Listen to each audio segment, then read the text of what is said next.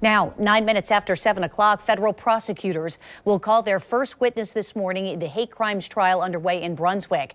During opening statements, they said that the three men already convicted of murdering Ahmaud Arbery have histories of making racist comments. Defense admits the men have said offensive things about blacks, but argued that that isn't why they decided to chase Arbery.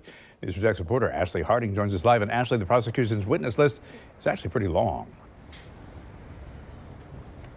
Bruce, it is long, and it includes several neighbors as well as current and former members of the Glynn County PD, the Sheriff's Office, and also the Georgia Bureau of Investigation. But prosecutors say over the course of this trial, jurors will learn how all three defendants talked about black people behind closed doors. We need to warn our viewers, these are offensive, but they were said in court yesterday. Testimony is set to begin this morning to determine if the death of Ahmaud Arbery was racially motivated. His family says they are ready to hear the evidence. There's a lot of evidence the state had that they didn't put out, like on the racial part. So the Fed gonna bring all that out.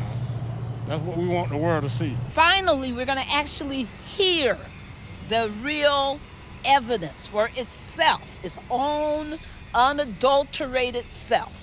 That's what we want to hear. Jurors have already gotten a glimpse through opening statements. One of the prosecutors said Travis McMichael had a history of referring to blacks as animals, monkeys, and subhuman savages. The prosecutor also said McMichael's father, Greg, once said those blacks are all nothing but trouble. And just days before Ahmaud Arbery was killed, prosecutors say the third defendant, William Roddy Bryan, was upset after finding out his daughter was dating a black man. The defense is urging jurors to decide the hate crimes case based on facts over emotions. During his opening statements, Bryan's attorney, Pete Theodosian, said, "I've heard the N-word more today than I've heard it in the past 3 or 4 years, and we haven't even heard any evidence yet." Greg McMichael's attorney said his client followed Arbery not because he was black, but because McMichael recognized him from security videos as the man who kept walking into a neighbor's home under construction. And finally, Travis McMichael's attorney said evidence will show her client was in shock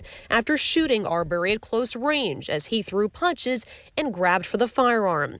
She told the court, "You're not going to hear any evidence that he was pumping his fists, that he was gleeful."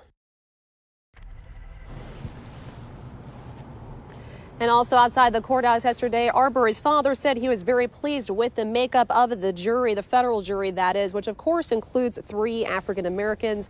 That first witness is expected to be called at 9 o'clock this morning. Live in Brunswick, Ashley Harding, Channel 4, the local station.